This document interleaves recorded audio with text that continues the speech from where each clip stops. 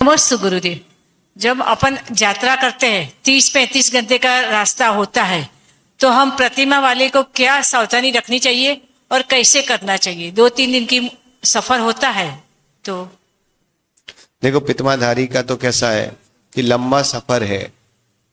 अगर लंबा सफर है तो आप अपनी सामायिक गाड़ी आदि में बैठे बैठे करें, प्रतिक्रमण भी गाड़ी आदि में बैठे बैठे करें। अगर रोक सकते हो कहीं तो 1-1.5 घंटे के लिए रोक दें सुबह शाम सामायिक प्रतिक्रमण के लिए। और लेकिन अगर हमारा सफर ही ऐसा कि हम रुक नहीं सकते तो उसमें ही कर लें, पर वो नोट कर लें अपनी डायरी में कि हमने गाड़ी आदि में किया है, उसका फिर किसी गुरु भगवंत के पास जाकर व्यवस्थित रूप से उसका प्रायश्चित करें। दूसरी चीज, प्रतिमाधारी गाड़ी आदि में भोजन आदि तो कर ही नहीं सकता है। हाँ। तो आपका जितने दिन का सफर है उतने दिन आपका उपवास रहेगा, क्योंकि वो गाड़ी में 16 होता नहीं और गाड़ी में 16 होगा नहीं तो भोजन होगा नहीं, और प्रतिमाधारी असोले में भोजन कर नहीं सकता है। इसलिए याद रखें, प्रतिमाधारियों का तो सबसे बेस्ट है कि यात्रा भी आप ऐसी करें, अपने द्रव से करते ही हैं, थोड़ा द्रव और लगाएं। छोटी छोटी यात्रा जो 6-6 घंटे में पहुंचते जाएं, अपने भोजन आदि का भी ध्यान रखें, उस चीज की मर्यादा का ध्यान रखें।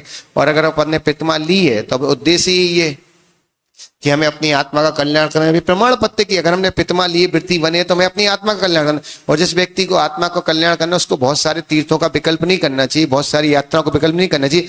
आप तो केवल अपनी आत्मा का कल्याण कर लो। आप खुद ही एक दिन तीर्थ बनने वाले, इसलिए आपको तीर्थ पे भटकने की जरूरत नहीं, तीर्थों पे उनको भटकने की जरूरत है जिनमें तीर्थ बनने की ताकत नहीं है। लेकिन जो स्वयं तीर्थ बनने वाले हैं ना, उनको तीर्थ पे भटकने की जरूरत नहीं, वो तो जहां बैठ जाए वहीं उनके नाम से ही तीर्थ बन जाते हैं। इसलिए प्रतिमाधारियों को इन चीजों का बहस करके ध्यान रखें कि प्रतिक्रमण सामायिक स्वाध्याय कभी भी किसी भी परिस्थिति में नहीं छूटना चाहिए।